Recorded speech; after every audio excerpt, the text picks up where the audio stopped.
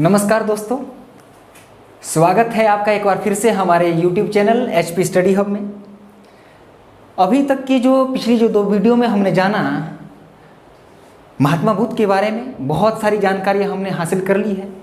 पिछली हमारी दूसरी वीडियो रही है उसमें हमने पढ़ा प्रथम बौद्ध संगति के बारे में और द्वितीय बौद्ध संगति के बारे में।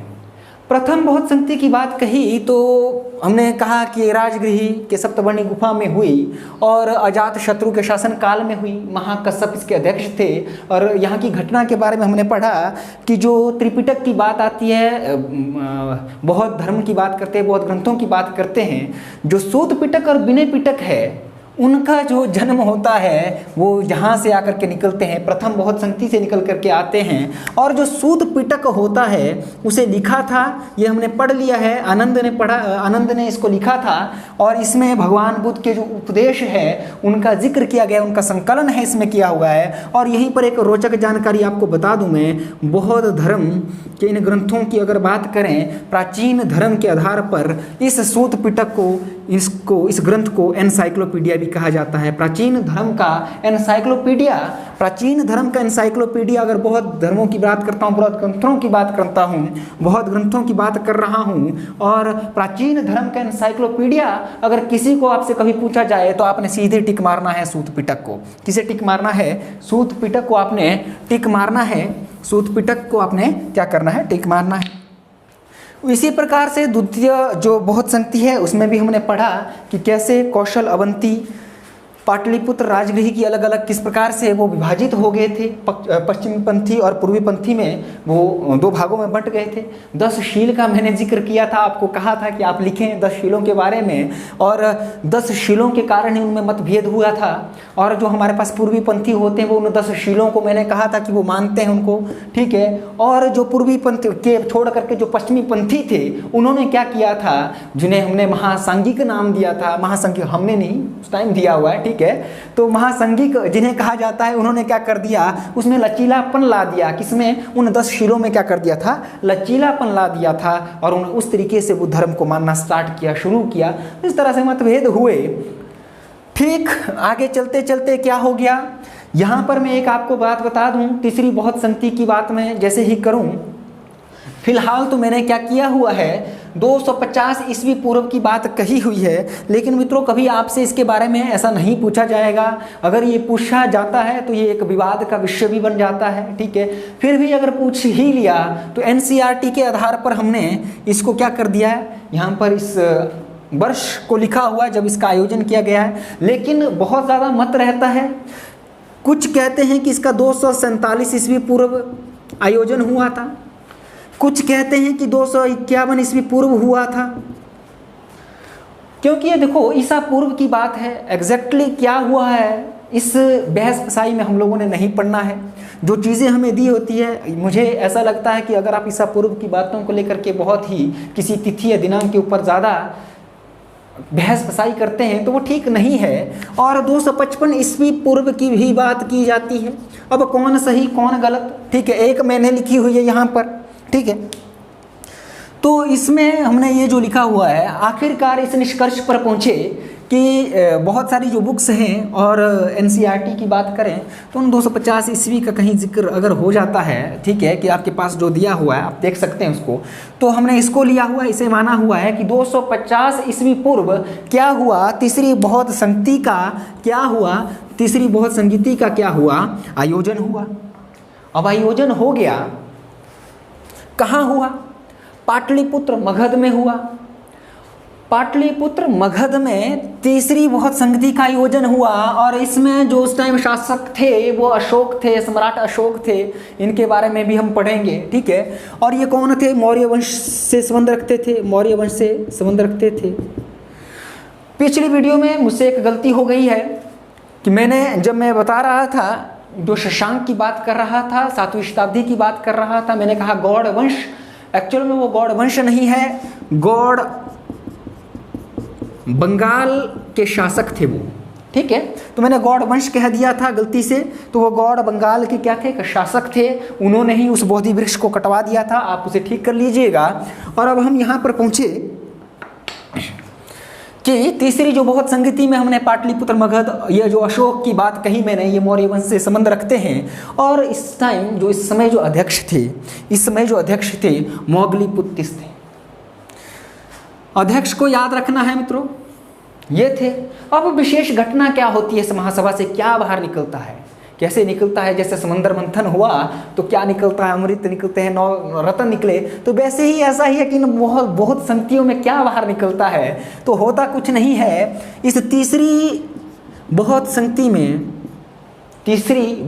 में तीसरा ग्रंथ त्रिपिटक अब पूरे होने वाले हैं। त्रिपिटक की बात मैं कर रहा था, कौन कौन थे?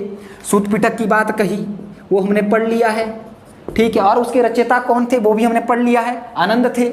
विनय पिटक, उसके बारे में भी हमने पढ़ लिया। अब तीसरी संगति का आयोजन होने के बाद हमारे पास क्या हो गया है? अभिधम पिटक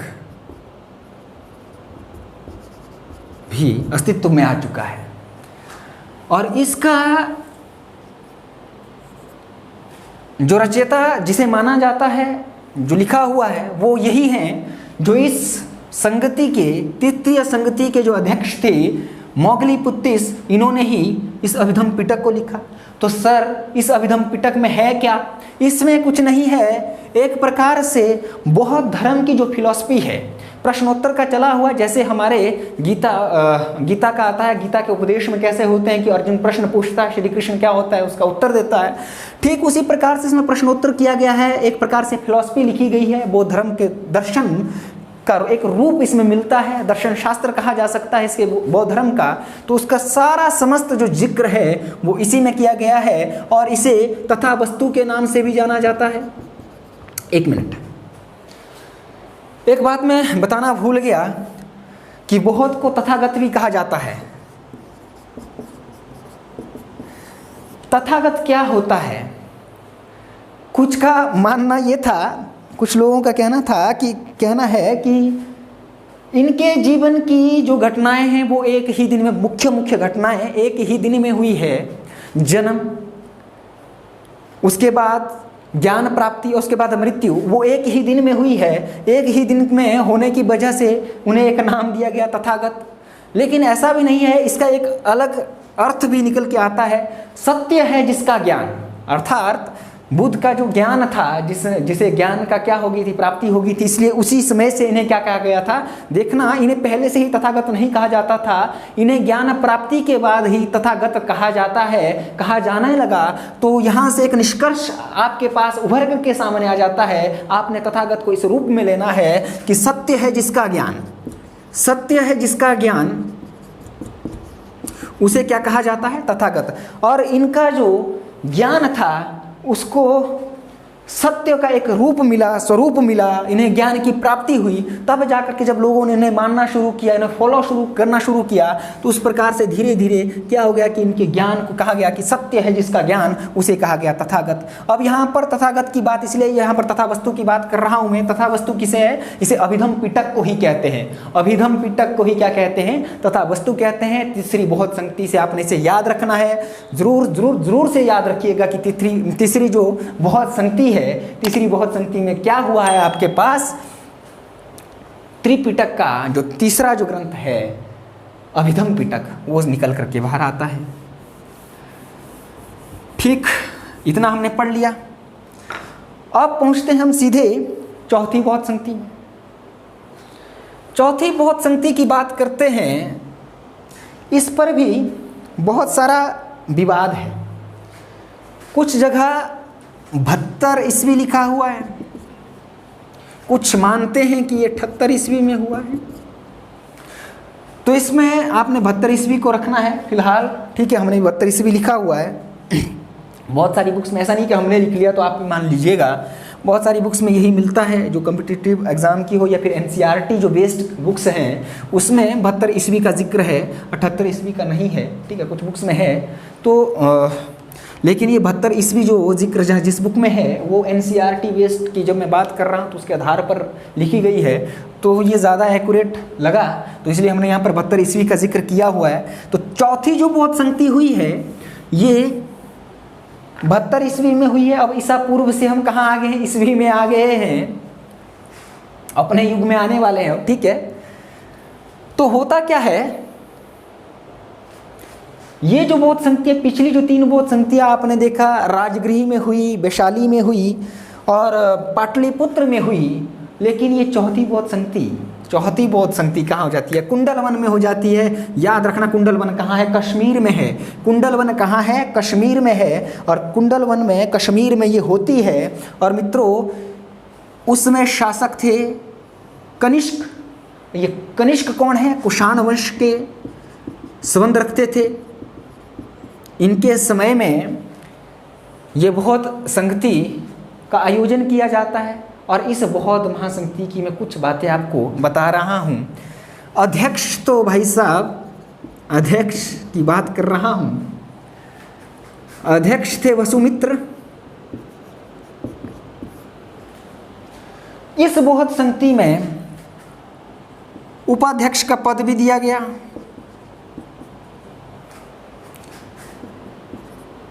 ललित विस्तार का इन्होंने ही रूप दिया, उसको इन्होंने ही लिखा, अश्व घोष। इन्हें क्या किया गया, इन्हें बनाया गया उपाध्यक्ष। आगे का तो आपको पता है, लेकिन ये वाला थोड़ा सा है कि अध्यक्ष भी था, इसमें उपाध्यक्ष भी है। याद रखिएगा कि इस बौद्ध संगति में अध्यक्ष के साथ साथ उपाध्यक्ष का पद भी था। तो याद रखिएगा, वो चौथी बौद्ध संगति थी। और अध्यक्ष कौन था, वसुमित्र थे। उपाध्यक्ष कौन थे, हमारे पास अश्वघोष थे, ठीक है।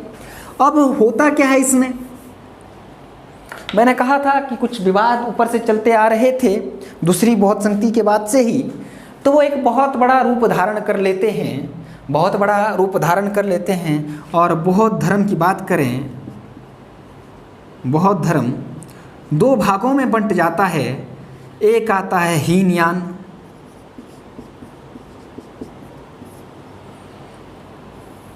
और एक आता है महायान। और चौथी बौद्ध संगति के बारे में एक और बात याद रखना कि ये इससे पहले की जो बात आती है, तो कहीं ना कहीं जो संपूर्ण जो बौद्ध के जो ये लिखे गए हैं, त्रिपिटक की बात करते हैं, ये पाली भाषा में लिखे गए हैं। इवन भगवान बुद्ध ने, महात्मा बुद्ध ने भी अपने उपदेश, सभी उपदेश पाली भाषा में दिए हुए हैं। अब कनिष्क, कुंडलवन कश्मीर से संबंध है, यहाँ पर वो राज कर रहे हैं, तो कुछ न कुछ क्षेत्र का भी प्रभाव पड़ना ही था। जो वहाँ प्रभावशाली भाषा है, उसका कहीं ना कहीं अस्तित्व में रहना तो स्वाभाविक था।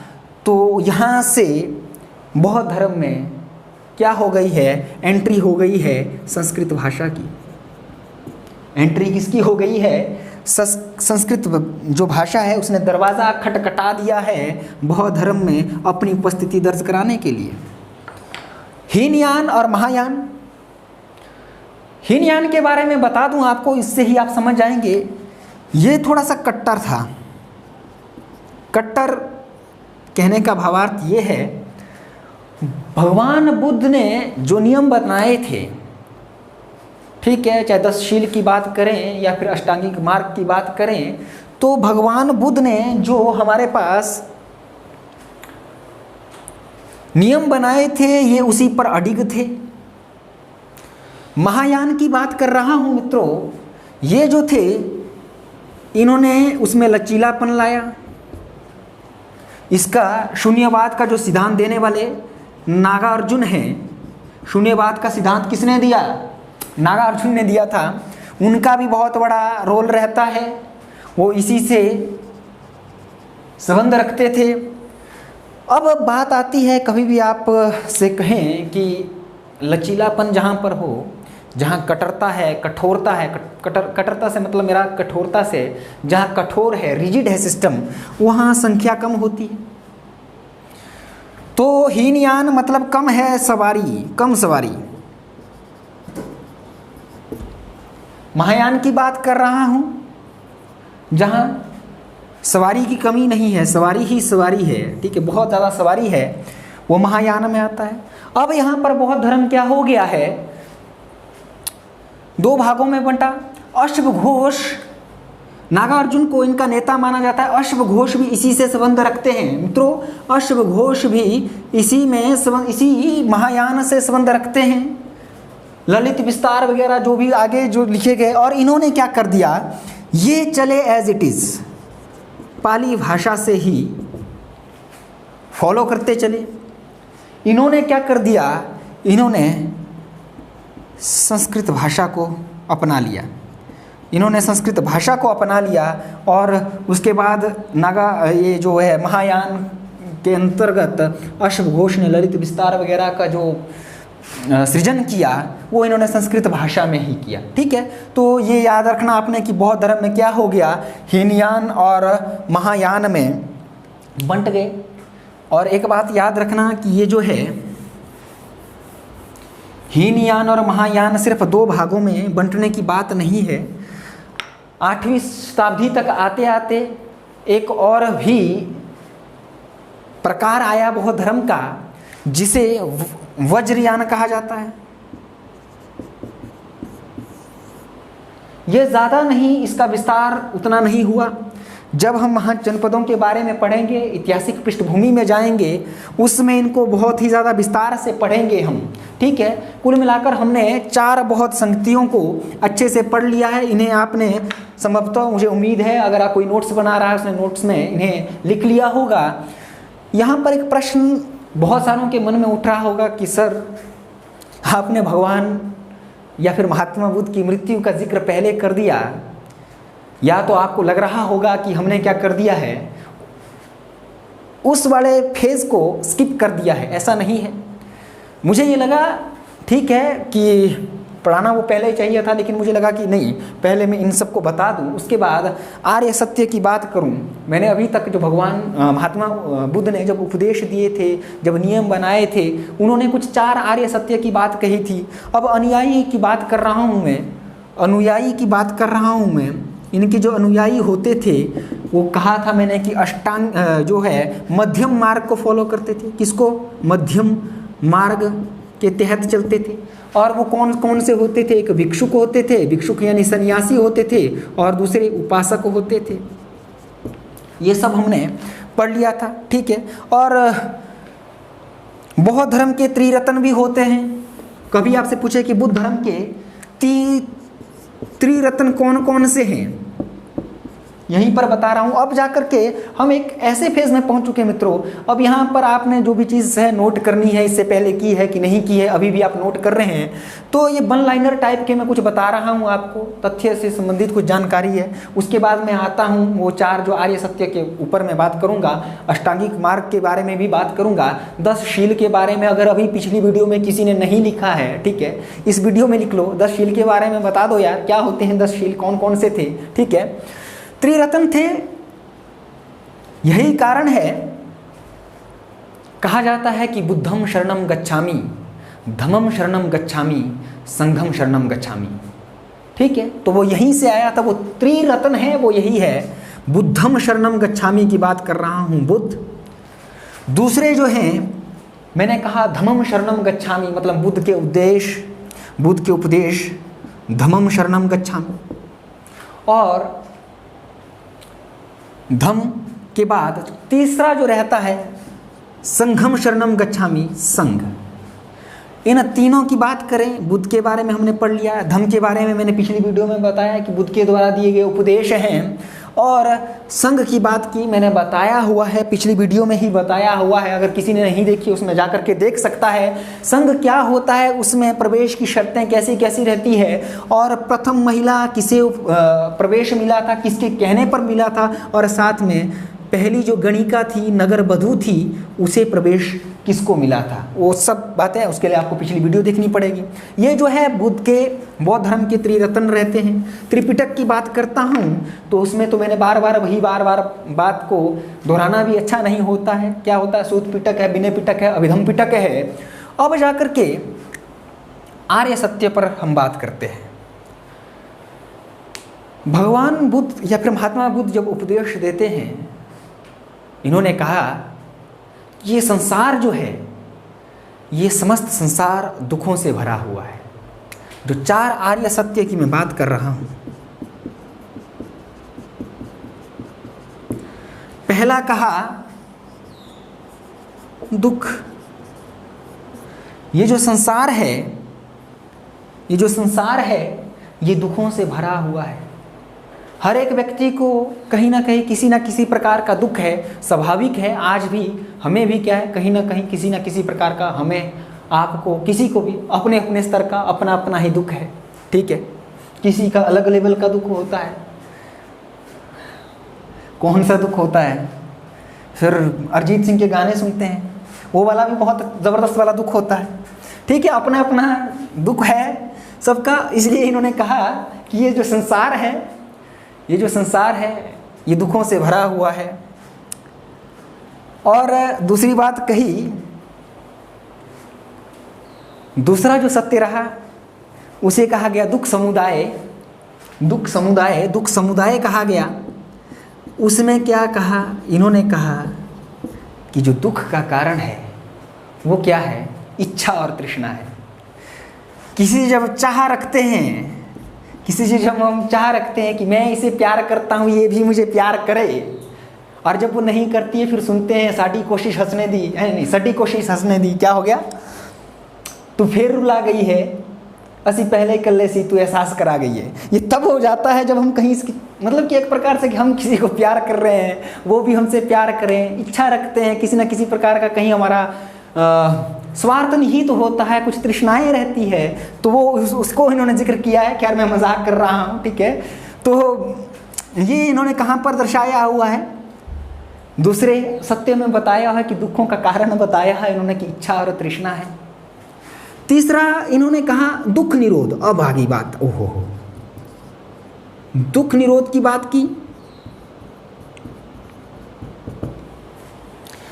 कि भाई कि इन दुखों का छुटकारा भी पाया जा सकता है, मतलब इन दुखों से छुटकारा भी पाया जा सकता है। आदमी को शायर बनाने से बचाया जा सकता है, ठीक है। तो दुखों से क्या किया जा सकता है? छुटकारा पाया जा सकता है। ये इन्होंने अपने तीसरे सत्य में कहा गया। अब बात आती है कि पहले तो कहा कि सर दुख है, ठीक है। दूसरे में कहा कि दुखों का कारण बताया, तीसरे में कहा कि छुटकारा पाया जा सकता है। अब जो इनके अनुयायी थे उन्होंने पूछा तो होगा ही कि सर छुटकारा पाया जा सकता है, वो कैसे पाया जा सकता है? वो यहाँ पर बताया, उसे कहा गया दुख निरोध गामिनी प्रतिपदा। उसमें इन्होंने जिक्र किया। हाँ, इन्होंने कहा हाँ आप सही पूछ रहे हैं, अब सही रास्ते पर हो, सही ट्रैक पर जा रहे हो, बिल्कुल। क्या किया जा सकता है? इन दुखों से सिर्फ मैंने इतना ही नहीं कहा है कि दुखों से छुटकारा मिल सकता है, वो कैसे मिल सकता है, इसके लिए इन्होंने क्या किया? इन्होंने रास्ता बताया, मार्ग प्रशस्त किया, और उसमें बारे में इन्होंने कहा, और वो था अष्टांगिक मार्ग। अष्टांगिक मार्ग, अष्टांगिक मार्ग की बात कही। वो क्या था? इन्होंने कहा कि किस प्रकार से हम इन दुखों से बच सकते हैं। वो अष्टांगिक मार्ग थे। पहला रहता है सम्यक, का मतलब होता है, सम्यक का मतलब होता है ठीक, ठीक दृष्टि। कुछ बुक्स में लिखा होगा सम्यक दृष्टि, सम्यक इस प्रकार से, तो उसको सम्यक को आप समझो कि ठीक दृष्टि। इन्होंने कहा कि ठीक दृष्टि रखो, ठीक वाणी होनी चाहिए आपकी,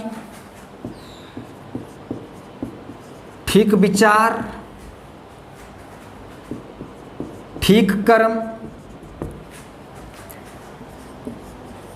ठीक आजीविका, मतलब कि अच्छे तरीके से, सही तरीके से पैसे को कमाओ, ठीक आजीविका, सम्यक व्यायाम करो, और अच्छी तरह से चीज़ों को याद रखा करो, ठीक स्मृति, और ठीक समाधि की बात की। ये 8 प्रकार का अष्टांगिक मार्ग के इन्होंने जिक्र किया। सम्यक दृष्टि, सम्यक वाणी, सम्यक विचार, सम्यक कर्म, सम्यक जैविका, सम्यक व्यायाम, सम्यक स्मृति और सम्यक समाधि। इन्होंने कहा कि इन 8 मार्ग के तहत, इन 8 मार्गों के होते हुए हमें दुखों से क्या मिल सकता है, छुटकारा मिल सकता है, हम दुखों से निजात पा सकते हैं। और ये याद रखना, इन्होंने अष्टांगिक मार्ग भी दिया और 10 शील बताए हुए। 10 शील क्या है उनको आप पढ़ लो यार। असत्य नहीं बोलना, ठीक है, और काफ़ी चीज़ें कही हुई है, चोरी नहीं करना, अच्छे से खाना खाना, समय पर खाना खाना, और जब निद्रा की बात कही है उसमें भी कहा है कि ज़्यादा मुलायम के ऊपर ना सोना। काफ़ी चीज़ों का इन्होंने जिक्र किया, वो 10 के बारे में आपने वहाँ पर पढ़ना है, उनको देखिए और कमेंट में क्या कीजिए, हमें बताइए कि वो 10 शील कौन कौन से थे, ठीक है। ये जो है ये एक फेज़ रहता है यहाँ पर इसका, जो मैंने पहले नहीं बताया था, आखिर में इसलिए बताया ताकि इसको कंप्लीट कर सके। अब बात आती है, कुछ रोचक तथ्य की बात करता हूँ, अनुयायी की बात कर रहा हूँ। इनके जो प्रथम अनुयायी थे तपस्सु, कई जगह कालिक लिखा हुआ है, कई जगह भलिक लिखा हुआ है, वो एक ही बात है। इनके प्रथम अनुयायी ये थे। अब आती है कि जब महात्मा बुद्ध थे, महात्मा जब बुद्ध थे, इनके समकालीन शासक कौन कौन से थे?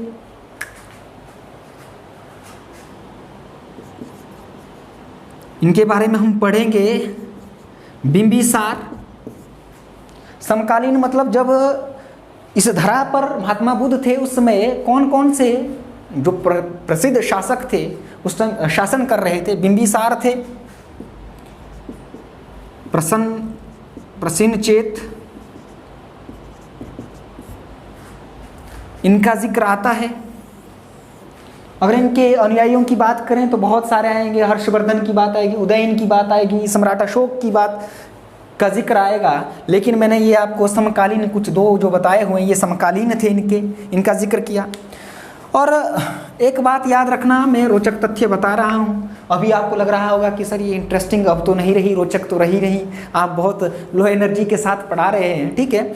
लेकिन जो ये लो एनर्जी के साथ पढ़ा रहा हूँ, यहाँ से कई बार डायरेक्ट 1 लाइनर क्वेश्चन आ जाता है। याद रखना, कई बार आपसे पूछा जाए कि महात्मा बुद्ध का सबसे बड़ा बौद्ध विहार कहाँ पर है, तो सबसे बड़ा जो बौद्ध विहार की बात कर रहा हूँ मैं, बुद्ध विहार की बात कर रहा हूँ मैं, वो भारत में नहीं है मित्रों, वो बुरुबदीर में है, बुरुबदूर में है।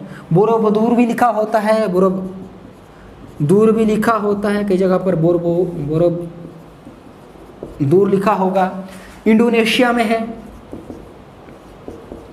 इंडोनेशिया में है, ये स्थित है। यहाँ पर सबसे बड़ा बौद्ध विहार है। कहा जाता है कि जो ये बनाया गया है तो इसमें जो है 504 मूर्तियाँ लगी हुई है। 504 जो मूर्तियाँ हैं वो विराजमान है, किसकी? महात्मा बुद्ध की। अब बात हम मूर्तियों पर पहुँचे हैं तो इसमें भी 2 मत है। कुछ एक जो है हीनयान वाले बुद्ध की मूर्तियों को पूजा नहीं करते हैं, कई बुद्ध की महायान की बात आती है, वो मूर्ति पूजा करना शुरू कर जाते हैं। तो मूर्ति की बात आती है, यहाँ से एक प्रश्न आता है कि भगवान या फिर महात्मा बुद्ध की जो प्रथम मूर्ति थी वो किस शैली में है। अब मूर्ति कला के बारे में सर से डिस्कस कर रहे थे हम, ठीक है। एक वीडियो मूर्ति कला के बारे में एक जिक्र आएगा, उसके रिलेटेड संबंधित हम एक वीडियो लाएंगे। लेकिन यहाँ पर आप इतना याद रखो कि मूर्ति कला की जब मैं बात कर रहा हूँ तो इनकी जो प्रथम मूर्ति थी, एक वीडियो सीरीज लाएंगे हम, उसमें बताएंगे, ठीक है। प्रथम मूर्ति जो थी वो मथुरा शैली में थी।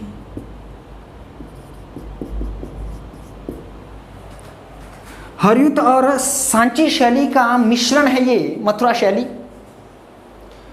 याद रखना, प्रथम जो मूर्ति है वो मथुरा शैली में बनाई गई है।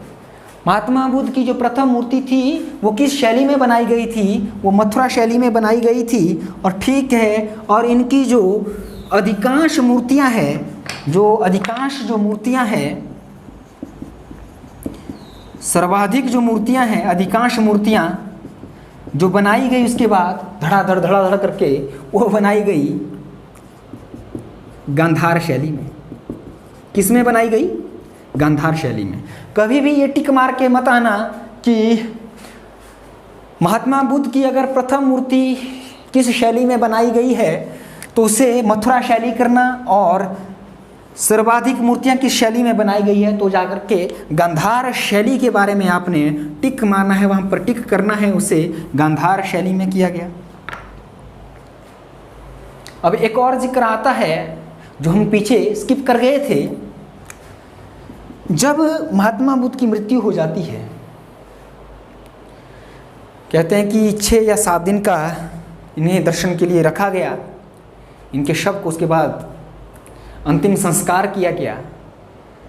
जो अंतिम संस्कार करने के बाद जो अवशेष बचते हैं उनका क्या किया गया था, उन्हें 8 भागों में बांटा गया था। महात्मा बुद्ध के अवशेषों को 8 भागों में बांटा गया था, और उन 8 भागों को क्या किया गया, अलग अलग 8 राज्य जो उस समय के थे वहाँ पर 8 स्तूप बनाए गए, वहाँ रखा गया। उन 8 स्तूपों में इन्हें क्या किया गया, महात्मा बुद्ध के अवशेषों को रखा गया। ये बात बाद में क्या होता है कि सम्राट अशोक क्या कर देते हैं, इन अवशेषों को वहाँ से लाते हैं, और कहा जाता है कि 84,000 जो इनकी जो बात आती है, स्तूपों की बात आती है, इन्होंने के 84,000 या जो मतलब कि इन्होंने क्या कर दिया, उसमें इनको क्या कर दिया, बांट दिया। वहाँ पर इनको क्या कर दिया, अलग अलग रूपों में इनको रख लिया। ठीक है, ये यहाँ तक हुआ। अब एक और प्रश्न आता है, हिमाचल से संबंधित है।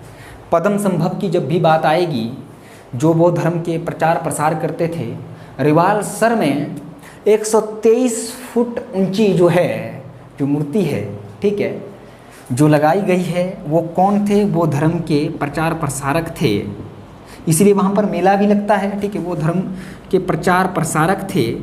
123 फीट ऊंची, अगर मैं गलत नहीं हूँ, ऊंची वो मूर्ति है। और मैं पद्म संभव की बात कर रहा हूँ, यहाँ पर पद्म संभव की है, वो पद्म संभव की है। और पद्म संभव का जिक्र ये बौद्ध धर्म में क्यों आ रहा है, क्योंकि बौद्ध धर्म के अनुयायी थे, और इन्होंने क्या कर दिया था, मंडी रियासत के समय के जो राजा है उनकी पुत्री को क्या किया था, कहा जाता है कि ये पद्म संभव उन्हें चोरी छुपे क्या करते थे, वो उनकी जो पुत्री थी, राजा की पुत्री थी, इनसे बौद्ध धर्म की शिक्षा ग्रहण करती थी। उसमें बौद्ध धर्म के प्रति कुछ भ्रांतियाँ थी। ठीक है, तो जिसके चलते राजा ने गुस्से में आकर के कुछ एक चिता का निर्माण किया था। उसके बाद उस मूर्ति का बाद में बनाया गया, उसका निर्माण किया गया। ठीक है, तो ये तो उसके ये इतिहास का विषय अलग से है। उससे जब हम हिमाचल जीके के बारे में जब पढ़ेंगे तो वहाँ पर उसके बारे में अच्छे से पढ़ेंगे। तो पद्म संभव की 123 फीट की ऊंची जो मूर्ति है वो रिवालसर में है। ठीक है, ये हमने यहाँ तक चीज़ों को क्लियर कर दिया। यहाँ पर प्रश्न अब एक और आगे उठता है। यहाँ पर मैं आपको बताता चलूँ कि जो कुशीनगर में जब ये थे बुद्ध, इन्होंने अपना आखिरी उपदेश, कई जगह पर सुभद्र मिलेगा, कई जगह पर सुभद्र मिलेगा, अपना आखिरी उपदेश इन्हें दिया था। और याद रखना, हीनयान की बात जब मैं कर रहा था, हीनयान ने अपने ग्रंथों को किस में लिखा, पाली भाषा में। महायान के बारे में मैंने बताया, उन्होंने किस में लिखा, उन्होंने संस्कृत भाषा में लिखा। महात्मा बुद्ध को देवता का दर्जा किसके काल में मिला? महात्मा बुद्ध को देवता का दर्जा किसके काल में मिला? तो याद रखना, कनिष्क के काल में। कनिष्क काल में मतलब कुषाण वंश जब राज कर रहा था, कनिष्क के काल में इन्हें देवता का दर्जा मिला। इनका जो बहुत संघ था, ये चीज़ें आप लिखते चलिए, बहुत जो संघ बना हुआ था उसका पहला जो विरोध सबसे पहले किया, तो जो पहला विरोधी था वो देवदत्त था, जो इनका चचेरा भाई था। जातक कथाओं की बात आती है, जातक कथाएं क्या है, जातक क्या है, सबसे पहली बात तो ये है, मैं इसे बताना आपको भूल गया था। जातक कथाएं होती है, जातक कहीं पर आपको मिले कि जातक क्या है, कहीं पर आपको मिले कि जातक क्या है, सीधा करना बुद्ध की पूर्व जन्म की कहानियों का जिक्र, पूर्व जन्म की कहानियों को, बुद्ध के पूर्व जन्म की कहानियों को क्या कहा जाता है, जातक कहा जाता है। क्या कहा जाता है, जातक कहा जाता है। और ये माना जाता है कि जो जातक कथाएं हैं इनकी संख्या कुल 549 है। कितनी है, 549 है। ये रही कुछ रोचक तथ्य जो जानकारी है। बहुत कुछ यार छूट भी जाता है, तो हमने पूरी कोशिश की है कि हमने पूरा इसको क्या कर जाए, कंप्लीट आपको दे जाए। पूरी कोशिश रही है। अगर तीनों वीडियो देखने के बाद आपको लगता है कि नहीं, बहुत ही फ़ायदेमंद और रोचक जानकारी हम तक पहुंचाई गई है, इससे हमारा फ़ायदा है, तो आप एक काम कीजिए, वीडियो को तो देखिए, चैनल को सब्सक्राइब औरों से करवाइए, ठीक है, उन्हें भी करने के लिए बोलिए ताकि वो भी हमसे जुड़ें। और अगर कोशिश रहे आपकी इस वीडियो को ज़्यादा से ज़्यादा पहुंचाने के माध्यम, सोशल मीडिया के माध्यम, जिनको आप फॉलो करते हैं वो तो आपके पास बहुत सारे रहते हैं, इंस्टाग्राम, ठीक है, इंस्टाग्राम पर तो लिंक जाता नहीं है, ठीक है, फेसबुक में कर सकते हैं, व्हाट्सएप स्टेटस में रख सकते हैं, ठीक है। और आप ये तभी करना अगर आपको लगता है कि ये जो जानकारियाँ हैं ये आपके लिए फ़ायदेमंद है, दूसरों के लिए भी इससे फ़ायदा हो सकता है, ठीक है। और लाइक शेयर कमेंट कीजिएगा। और साथ में एक और बात है, अभी भी मुझे लग रहा है कि बहुत सारी चीज़ें ऐसी है कि जो कहीं ना कहीं छूट गई हो, उसके लिए मेरी एक कोशिश रहेगी। अब हम एक कोशिश करूँगा कि पीपीटी के माध्यम से मैं लाइव एमसीक्यू क्वेश्चन जो पढ़ाया, जो कुछ छूटा, ऐसे एक बनाऊंगा और मैं लाइव आने का समय बता दूंगा पहले ही, ठीक है। लाइव आकर के बौद्ध धर्म से रिलेटेड, बुद्ध धर्म से संबंधित जितने भी हमारे पास प्रश्न है, जितने हम वहाँ पर डिस्कस कर सकते हैं, तो उनको हम करेंगे। लाइव एक सेशन रखेंगे, हम बहुत जल्द रखेंगे, समय आपको बता दिया जाएगा। और तब वहाँ पर जो चीज़ें अगर हमसे छूट गई है, यहाँ पर अगर कुछ चीज़ें छूट गई है तो वहाँ उन्हें कवर करने की कोशिश करेंगे, ठीक है। और कुछ चीज़ें ऐसी होती है कि जब हम महाजनपद के बारे में पढ़ेंगे, हर्षवर्धन की जब जिक्र आएगा, हर्षवर्धन के बारे में पढ़ेंगे, तो वहाँ पर हम उसके बारे में बौद्ध धर्म के बारे में जो उन्होंने कार्य किए बौद्ध धर्म के संबंधित, जैसे सम्राट अशोक के बाद आते हैं रुमनदेही का शिलालेख के बारे में आता है, उसका जिक्र वहाँ पर आएगा। तो ये धीरे धीरे चीज़ें वहाँ पर इकट्ठी हो जाती है, एक जगह पर इनको बताना मुश्किल हो जाता है। एमसीक्यू के माध्यम से ये प्रॉमिस रहा, हम लाइव एक सेशन करेंगे जहाँ पर एमसीक्यू बेस्ड क्वेश्चन, एक प्रश्नोत्तरी का हम आयोजन करेंगे। और जो प्रश्न कुछ छूट गए हमसे, रोचक तथ्य या कुछ जानकारियाँ हमसे छूट गई है बौद्ध धर्म से संबंधित, वो वहाँ पर हम कवर करेंगे। तब तक आप अपने घरों में रहिए, जब तक सरकार बाहर ना निकलने के लिए कहती है, ठीक है, कर्फ्यू जब तक है तब तक कर्फ्यू के तहत ही रहिए और अपनों के बीच में रहिए। हम भी यहाँ पर आगे की वीडियो का कोशिश करेंगे। बीएड से संबंधित, बीएड के जो अभी एंट्रांस एग्ज़ाम की तैयारियां कर रहे हैं, उनसे मेरा एक आग्रह है कि बहुत जल्द हम एक वीडियो सीरीज़ ला रहे हैं। अगर आप हमारे चैनल को ऐसे ही प्यार बांटते रहे तो पूरे के पूरा जो बीएड का जो एक रहता है, सेक्शन रहता है, टीचिंग एप्टीट्यूड, टीचिंग एटीट्यूड और साथ में कमीशन का रहता है, ठीक है। तो आयोग वगैरह जो है, शिक्षा आयोग का है, तो उनके बारे में भी हम पूरी एक वीडियो सीरीज़ लाने वाले हैं। आप अपना प्यार देते रहिए और ये प्रॉमिस रहा कि जल्दी ही वो वीडियो, उसके ऊपर हम काम करेंगे और 1 महीने के अंदर अंदर आपकी पूरी तैयारी हम करा देंगे। तब तक अपनों का ख्याल रखिए, अपना ख्याल रखिए और हमारा ख्याल आप सब्सक्राइब करने के माध्यम से रखिए, ठीक है। नमस्कार।